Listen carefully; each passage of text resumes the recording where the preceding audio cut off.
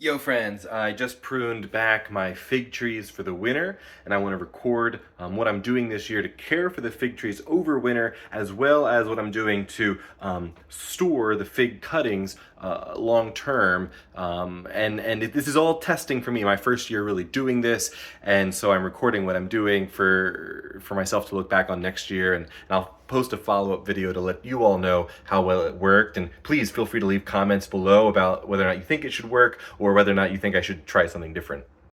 As for setting my fig trees up for the winter, I wanted to do something minimal, but something that I think would still work. So I trimmed them down low enough that they would fit inside a 5-gallon bucket, threw the bucket on top, surrounded that with wood chips to mulch it and to insulate it. There are a few older fig trees that had some taller branching, and I wanted to try to see if I can maintain that. So this one had kind of 2 branches coming out. The one I trimmed short enough for the bucket, the other one I left long enough. We'll see if this longer one survives on its own, if it's a light winter here.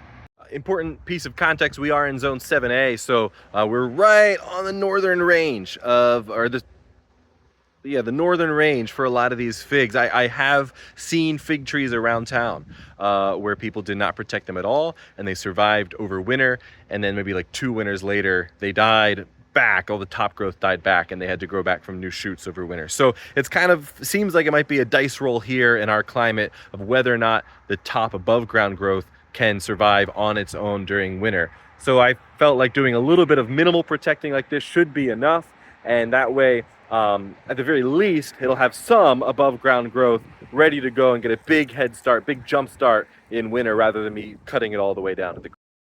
So, when I trimmed those back, I came up with a lot of cutting. So I made sure to do it one tree at a time and to put the cuttings into a clearly labeled large plastic baggie. And now I'm taking those cuttings and putting them into long-term storage so that way late winter, early spring, I can start growing these. I could start growing them out to be plants and I'll start rooting them now. I just don't have all of the space and the grow light set up, or so maybe after Christmas, maybe I'll get some garden money for Christmas and I can buy a better grow light setup with a little bit more space so that I have room to start both my tomato seeds and some of these fig cuttings. So I have my clearly labeled gallon baggie, which I put the cuttings in right when I took them from the tree.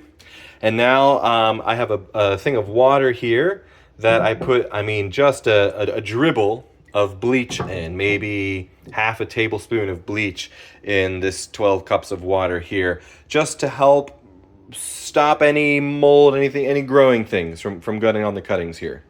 And then I'm taking the cuttings and I'm just lightly drying them off. I don't want to put them into storage sopping wet, but I want it to kind of lightly just dry them off. And then I'm taking each one and tightly wrapping it in plastic wrap. And then I'm taking these plastic wraps and putting them right back in the same bag. And then this baggie I will store in the fridge, at typical fridge temperature. And I hope to be able to store them like this all winter long. Like I said, this is a test run for me. I've not tried long-term storage of figs yet, fig cuttings. So let me know your thoughts. Let me know if you think it's going to work. Let me know if I should definitely quick change this method and try something different before I put them all in the fridge here today.